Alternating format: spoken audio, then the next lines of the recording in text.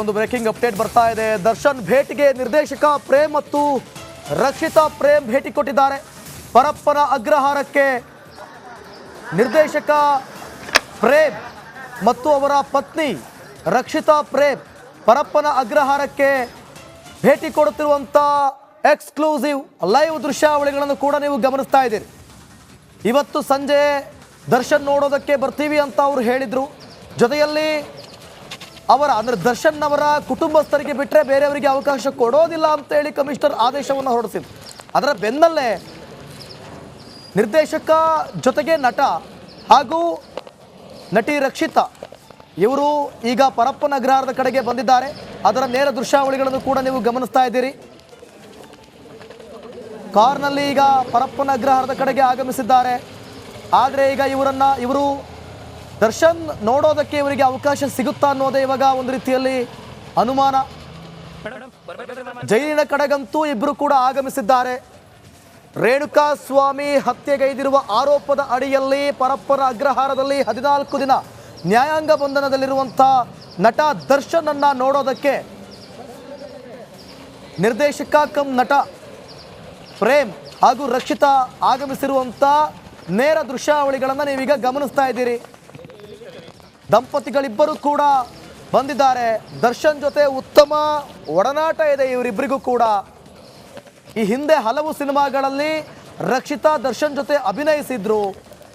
ಕರಿಯಾ ಅನ್ನುವಂಥ block buster cinema ಕೊಟ್ಟಂತಹ ನಿರ್ದೇಶಕ ಪ್ರೇಮ್. ಈ ಹಿಂದೆ ದರ್ಶನ್ ಮತ್ತೆ ಪ್ರೇಮ್ಗೂ ಕೂಡ ಒಂದು ರೀತಿಯಲ್ಲಿ ಮನಸ್ತಾಪ ಬಂದಿದ್ರು ಕೂಡ ಅದರಿಂದ ಆಚೆಗೆ ಮುಂದಕ್ಕೆ ಹೋಗಿ ಇಬ್ಬರೂ ಕೂಡ ಒಂದಾಗಿ ಚೆನ್ನಾಗಿದ್ರು.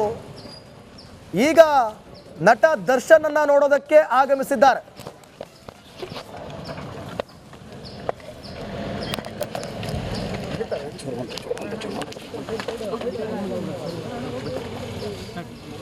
ನೋಡಿ, 2021ರಲ್ಲಿ ದರ್ಶನ್ ಮೇಲೆ ಒಂದು 10 ಕೋಟಿ ಆರೋಪ ಬರುತ್ತೆ. ಆ ಸಂದರ್ಭದಲ್ಲಿ ಏನು ಅವರ ಮೈಸೂರಿನಲ್ಲಿ ಫಾರ್ಮ್ ಹೌಸ್ ಇದೆಯಲ್ಲ, ಆ ಸಂದರ್ಭದಲ್ಲಿ ಮಾಧ್ಯಮ ಜೊತೆ ಮಾತನಾಡ್ತಿರುವಂಥ ಸಂದರ್ಭದಲ್ಲಿ ಪ್ರೇಮ್ ಏನು ದೊಡ್ಡ ಪುಡಂಗ ಅನ್ನುವಂಥ ಪದವನ್ನು ಬಳಸಿದ್ರು. ನಿಮಗೆ ನೆನಪಿರ್ಬೋದು, ದರ್ಶನ್ ಬಳಸಿದಂಥ ಪದ ಆ ವಿಚಾರವನ್ನು ಬಹಳ ಗಂಭೀರವಾಗಿ ತೆಗೆದುಕೊಂಡಿದ್ರು ಪ್ರೇಮ್. ನಿಮಗೆ ಗೊತ್ತಿದೆ ಅದು. ಆ ಪದವನ್ನು ಬಹಳ ಗಂಭೀರವಾಗಿ ತೆಗೆದುಕೊಂಡು ಅದಾದ ಬಳಿಕ ನಟ ಪ್ರೇಮ್ ಅದರ ಬಗ್ಗೆ ಅವರ ಸೋಷಿಯಲ್ ಮೀಡಿಯಾದಲ್ಲಿ ರಿಯಾಕ್ಟ್ ಮಾಡಿರ್ತಾರೆ. ದರ್ಶನ್ನಿಂದ ಈ ರೀತಿಯಾದಂಥ ಪದ ಬಳಕೆಯನ್ನು ನಾನು ಎಕ್ಸ್ಪೆಕ್ಟ್ ಮಾಡಿರಲಿಲ್ಲ. ಅವರಿಗೆ ಗೊತ್ತಿದೆ ನಾನು ಪುಡಂಗ ಅಥವಾ ಏನು ಅಂತ ಹೇಳಿ ಗೊತ್ತಿದೆ. ಆ ರೀತಿ ಪದ ಬಳಕೆ ಮಾಡಬಾರ್ದಿತ್ತು ಅಂತೇಳಿ ಜೊತೆಗೆ ಪ್ರೆಸ್ ಮೀಟ್ ಮಾಡಿದ್ರು. ಸಾಕಷ್ಟು ಸುದ್ದಿಗಳಾಗಿತ್ತು ಅದ್ರ ಬಗ್ಗೆ. ಅದಾದಮೇಲೆ ಸ್ವತಃ ನಟಿ ರಕ್ಷಿತಾ ಅವರೇ ಅದರ ಬಗ್ಗೆ ರಿಯಾಕ್ಷನ್ ಕೊಟ್ಟಿದ್ರು.